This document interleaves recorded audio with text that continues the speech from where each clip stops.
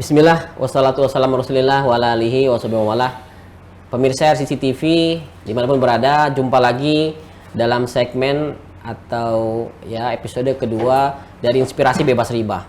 Ya, kembali lagi kami sampaikan bahwa Inspirasi Bebas Riba ini adalah kerjasama RCC dengan Niaga TV. Kami mengangkat kisah-kisah nyata dari para penderita riba, para pelaku riba, orang-orang yang berkecimpung dalam ya maksiat riba, sehingga kita semua bisa tahu, mendengar langsung apa yang terjadi setelah maksiat itu dilakukan. Karena ya boleh jadi kita semua sudah paham, sudah tahu apa yang menjadi ancamannya, tetapi tetap saja melakukan karena ya boleh jadi karena masih ya bertanya-tanya apakah benar seperti itu dan seterusnya. Makanya kita buat segmen ini Inspirasi Bebas Riba supaya semua orang bisa memahami dan mengetahui lah secara langsung dari orang yang pernah terlibat di dalamnya. Baik, pada kesempatan yang kedua ini kita mengundang pasangan suami istri juga ya, Pasutri Bebas Riba sekarang kita bisa sebut begitu ya, Bapak Asep Wahyudiana dan Amoy Aprilia Putri ya. Kita sapa dulu mereka. Assalamualaikum Pak, Bu. Waalaikumsalam. Baik, seperti biasa kita juga pengen tahu latar belakang Pak Asep sama Bu Amoy ya. Ya memang kalau dari namanya ini juga kita sudah tahu lah ya, kalau ibu ini mungkin punya cerita khusus tersendiri juga berkaitan dengan nama itu. Mungkin cerita latar belakang dulu Pak Asep, Bu Amoy, silakan. Bismillahirrahmanirrahim. Nama saya Asep Wahyudiana. Basic saya kebetulan di pelayaran. Oh, pelayan ya. Sekarang bekerja di salah satu instansi perminyakan offshore di negara Brunei Darussalam. Oh, baik ya. Jadi apa sebutannya? Pelaut? Kalau saya dibilang pelaut. Pelaut ya, Pelaut. di bidang perminyakan khusus. Ya, betul. Baik, di kapal ya. Ya, betul, di kapal. Jadi melaut begitu ya. Ya, berlayar. Baik. Kalau asal daerah lahir? Asal daerah saya di Ciamis. Oh, Ciamis, Jawa Barat. Jawa Barat. Baik. Kalau Bu Amoy? Bismillahirrahmanirrahim. Saya Amoy Aprilia Putri Jiun Jihwa. Di sini saya bekerja sebagai karyawan swasta di perusahaan minyak Indonesia. Saya sebagai staf ONJW di sana.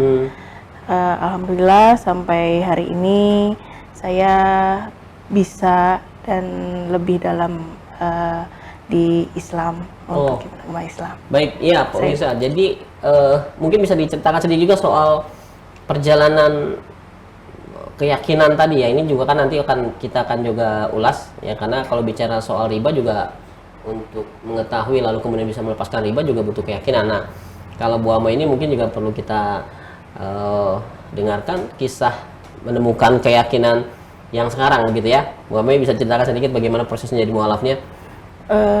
Proses untuk menemukan Allah itu tidak mudah dan tidak seperti apa yang orang pikirkan dalam kita yang tahu untuk Islam hanya sholat, Islam hanya menyembah Allah, itu bukan seperti itu ya, Ustadz ya. Yang saya alami, saya dari Buddha itu untuk sampai ke tahap ini berpakaian syar'i itu perjalanannya panjang, Ustadz. Jadi ketika saya mungkin dapat hidayah itu setelah melihat teman saya, Ustadz, di kapal. Dia sholat di dapur yang kotor, Ustadz. Dapur yang kotor setiap hari saya melihat itu. Jadi mungkin kenapa saya doanya maaf agak ribet bawa ini bawa itu, sementara dia yang menghadap Allah tuh simple, hanya berpakaian, gelar sejadah, simple. Setiap hari saya perhatikan, dan itu pun berjalan ketika saya pelajari Islam dulu sebelum masuk Islam, Ustadz. Apa itu Islam, Al-Quran bagaimana, dan sampai alhamdulillah saya kenal suami dan ya sampai sekarang seperti ini, Ustadz. Wah, alhamdulillah ya. Jadi bisa saling menguatkan begitu ya. Baik, jadi dengan episode yang sebelumnya juga kita butuh dari sisi penamaan atau penyebutan jangan panggil Ustaz, panggil UT saja ya. Oh iya. Biar nanti ngobrol lebih nyaman gitu ya. Soalnya ada delik martabat palsu. Ya, tadi keyakinan beragama. Nanti juga kita akan bicara soal apa? Keyakinan bermuamalah mungkin ya.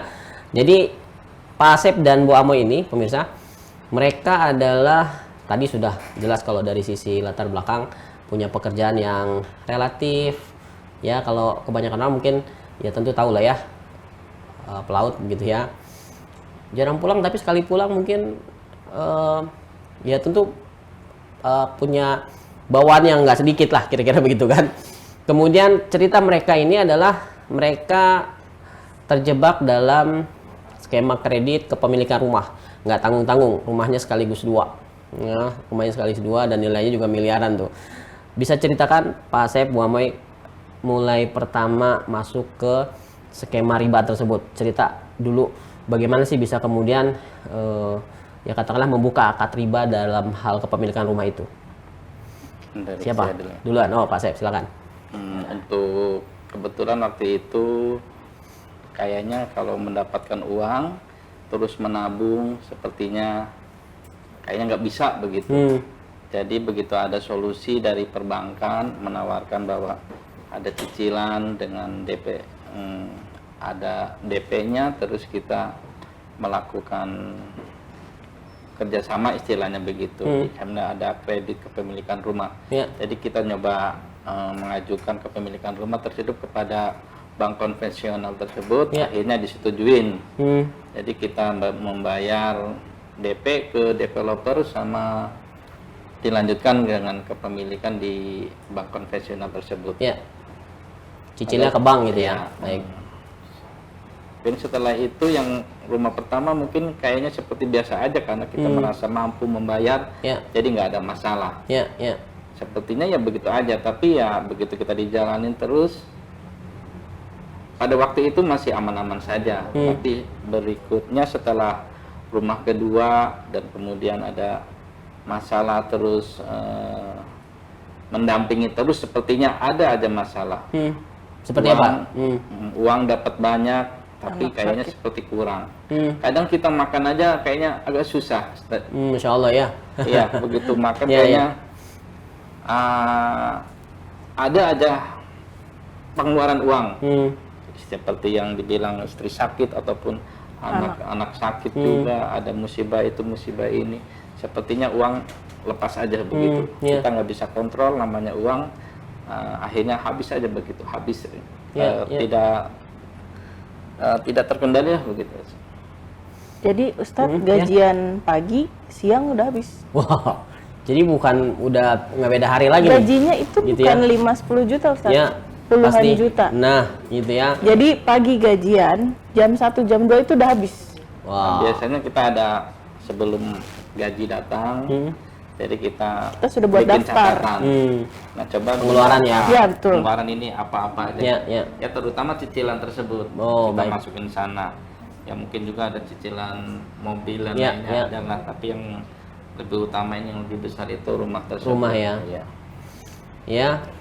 Jadi sampai-sampai ya dengan gaji yang terbilang relatif besar, pagi terima uang, siangnya habis ya. Betul. Sampai begitu. Jadi kalau bicara keberkahan ya pemirsa, jadi keberkahan itu bukan bicara soal berapa banyak, tetapi bicara seberapa manfaat ya. Bayangkan kalau kemudian kita punya banyak katakanlah uang masuknya besar, tapi pengeluarannya jauh lebih besar ya. Tentu kan ya sama saja malah minus kan ya. Jadi kalau bicara keberkahan mungkin masuknya 1 tapi nggak ada pengeluaran ya, jadi kan plus tuh. Nah itulah barangkali dalam hal ini Pak Asep dan Bu Amoy sudah mendapatkan isyarat ya berkaitan dengan kebinasaan atau ketidakberkahan riba. Boleh tahu kalau pada saat kemudian mengambil pilihan untuk KPR, ya mungkin pemirsa juga perlu tahu juga kenapa sih KPR itu disebut skema riba.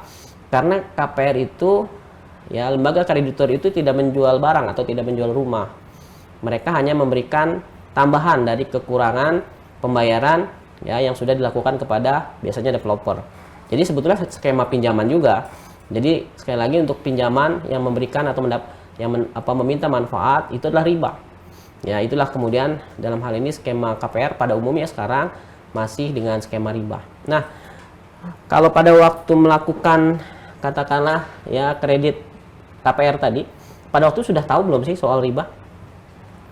Kalau saya sendiri sepertinya tahu. Oh gitu. Bahwa riba itu istilahnya tidak boleh dilakukan. Tapi pada waktu itu belum terkena efeknya mungkin ya. Karena uang ada, saya bisa membayar, anggap aja ya nggak ada masalah. Tapi ya begitu uang dapat, istilahnya seperti mengalir aja uang itu habis. Ada aja pengeluaran. Nah setelah itu yang kedua baru terasa. Begitu terasa efeknya, istilahnya malah kita dapatkan puluhan juta, taruhlah begitu. Berkurangnya bisa nyampe ratusan juta. Seperti istilahnya istri sakit yang seharusnya ada pengeluaran istilahnya lebih dari gaji kita malah melebihi tapi mungkin setelah ada efeknya baru sadar bahwa itu emang riba sebetulnya bisa ya menghancurkan segalanya. Dari rumah tangga yang istilahnya yang tadinya adem atau gimana gitu, kayaknya ada aja pertengkaran kecil yang kayak istilahnya pertengkaran besar. Tapi setelah ada efek tersebut ya kita merasa tidak harmonis begitu. Intinya begitu aja, bahwa setelah ada efek baru kita sadar bahwa riba itu emang tidak menguntungkan buat kita begitu. Jadi punya tapi menderita gitu kira-kira ya. Betul. Tambahan nih kalau cerita dari saya sebut Teh Hamoy ya. Teh Hamoy gimana? Barangkali perlu saya perdalam pertanyaannya. Kalau tadi bicara soal katakanlah keyakinan beragama, sekarang bicara soal keyakinan bermuamalah, keyakinan dalam katakanlah memilih ya ini kalau bicaranya produk ya produk yang halal gitu ya. Bicara soal yang memang melakukan sesuatu yang tidak dilarang oleh Allah ya, diantaranya itu adalah riba. Bisa ceritakan sedikit soal kalau ya namanya kan mualaf gitu yang sudah Islam dari lahir juga banyak yang tahu apa yang pura-pura nggak tahu lah soal riba apalagi yang baru belajar kan kira-kira begitu. Betul. Gimana ceritakan dong pengalamannya sampai lalu bisa mengambil pilihan untuk meninggalkan itu gimana tuh? Gini Ustadz, angka UT biar gampang ya. Jadi ya manusiawi lah pokoknya. Untuk saya sampai ke tahap riba itu jauh perjalanannya. Jadi suami saya ini perkenalkan riba sama saya, mungkin bisa dibilang saya itu istilah anak zaman sekarang dablek gitu ya Ustaz ya. Jadi berpuluh-puluh kali ngajak saya, ayo ini riba, saya nggak kena. Karena di lingkungan saya mungkin ya salahnya terlalu banyak bergaul dengan sosialita, gengsi terutama Ustadz. Jadi saya itu koleksi barang-barang kayak tas gitu Ustadz, sulit untuk ditinggalkan di sana gitu. Jadi masih ada rasa malu, masih ada rasa takut dibilang miskin atau apa segala macam di sana.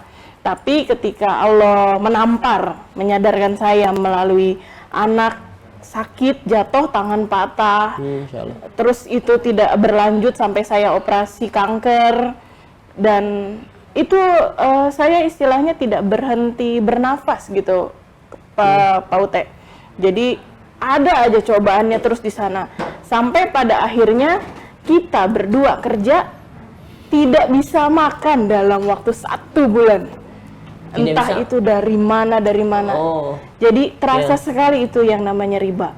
Dari sana saya bertekad, ya inilah mungkin jalan saya gitu. Bayangkan Pak Ute, tas saya itu harganya puluhan juta gitu. Saya sendiri tidak bisa makan karena saya takut cicilan saya tidak terbayar gitu. Kalau saya tidak terbayar, otomatis akan bertambah lagi di kemudian hari gitu kan. Tapi setelah saya melalui proses yang namanya disebut mungkin ya money laundry kali begitu ya, sampai kami tuh nggak bisa makan gitu dalam beberapa hari. Saat itu saya berpikir Allah menegur saya, dan saatnya saya untuk bangkit, saatnya saya tahu apa itu riba. Dari sana saya diperkenalkan dengan Institut Guyup yang didirikan oleh Pak Ute sendiri gitu kan. Dan setelah dari sana saya juga diperkenalkan dengan Pagari Depok yang saya dimasukkan sampai akhirnya saya di tahap ini. Untuk melewati proses itu panjang dan penuh tangis, penuh perjuangan. Ya, Masya Allah, Alhamdulillah sampai hari ini saya masih kuat dan ya Allah sungguh baik mempertemukan kita di sini. Insya Allah ya. Baik, pemirsa CCTV, jadi bebas riba itu memang asiknya rame-rame ya. Jadi butuh sekali memang kita lingkungan. Ya pertama tentu kalau bicaranya individu, lingkungan terdekatnya adalah suami atau pasangan ya. Dalam hal ini ya tentu dalam hal ini ya kita juga harus bisa memberikan pemahaman yang baik kepada pasangan kita ketika memang kita sudah lebih dulu menyadari atau mengetahui soal itu. Nah kemudian adalah lingkungan, ya tentu saja lingkungan yang kita bangun supaya keyakinan yang kita miliki itu bisa terus langgeng lah ya, bisa terus awet dan sampai kemudian juga mendapatkan solusi yang kita butuhkan. Baik, di segmen berikutnya kita akan bicara soal bagaimana sih kemudian mereka bisa lepas dari riba yang sekarang tadi kita sebut sebagai pasangan suami istri bebas riba begitu ya. Lalu kemudian apa sih yang mereka rasakan sebelum mereka bebas riba dengan setelah bebas riba. Nah, itu juga mungkin kita perlu ketahui. Nanti setelah di segmen sekarang, di segmen kedua kita akan bahas soal itu.